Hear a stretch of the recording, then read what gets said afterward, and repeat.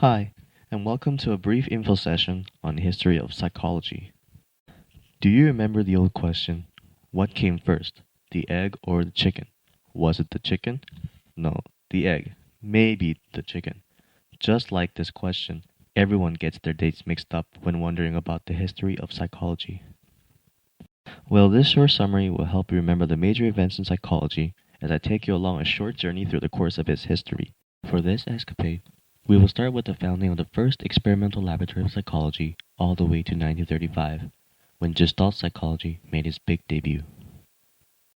As I mentioned, psychology made its big debut as a separate field in science when Wilhelm Wundt established the first laboratory of psychology at Leipzig University in 1879.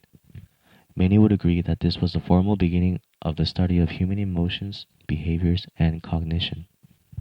Wundt's main goal was to identify the most basic elements in conscious experience and to understand how those were organized into psychical compounds or aggregates. He introduced a method of introspection, or more accurately labeled, experimental self-observation, to study his subject's immediate experience. He also believed that the human mind was voluntary, active, and willful, something he called apperception. He said, as a result of this voluntary activity, the product of this synthesis is a complex in which all the components are derived from a former sense perceptions and associations, but in which the combination of these components may differ more or less from the original forms. Wundt had many students. However, William James G. Stanley Hall and James McCain Qatal were arguably the most three important psychologists of their time as they began their journey in the exploration of psychology. In 1883, just 4 years after the founding of Wundt's lab, G. Stanley Hall established the first experimental laboratory of psychology at Johns Hopkins University in the United States. Hall had many accomplishments during his career as he established the first journal in psychology called the American Journal of Psychology. Hall was mostly known for his works in child psychology, called the child study movement, that emphasized the sensory capabilities, physical characteristics, humor, play, and memory of children.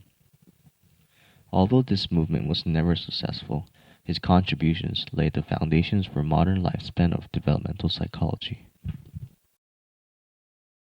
Influenced by Wundt, James McCain Qatal established his own laboratory of psychology at the University of Pennsylvania in 1889. He was known for his mental tests, where he administered tests to students that measured sensation, using weights to determine just noticeable differences, reaction times, and rate of movement. However, his student Clark Whistler found that there were no statistical relationships between Qatal's test and people's academic performance, and he had to abandon it. During the years of 1896, early schools of psychology emerged.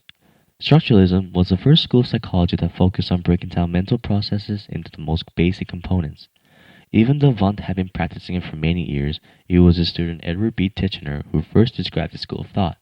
One major criticism with structuralism was that experimental methods used in these studies were too subjective when studying the mind.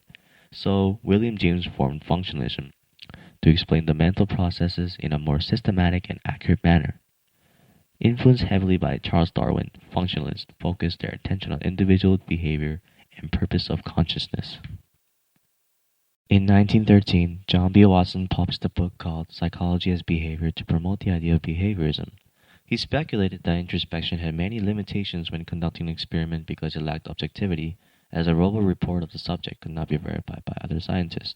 Instead, behaviorism focused on observable and measurable behavior, but it was criticized for being too dependent on external behaviors to explain the process of learning. As we approached the 20th century mark, a new school of thought was emerging. In 1935, Gestalt theories and the work of Wertheimer, Koffler, Kafka, and Lewin focused on perception, insight, and meaning as the key elements of learning.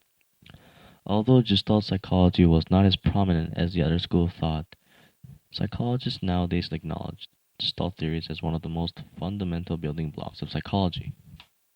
And this ends our short video on the history of psychology. Although this timeline described only some of the major events in psychology, we should still recognize the works of many other psychologists who shared, theorized, and advanced our understanding of psychology today. The future of psychology is shining bright, as there are still many discoveries to unfold in the vast and wondrous field of psychology. Thank you.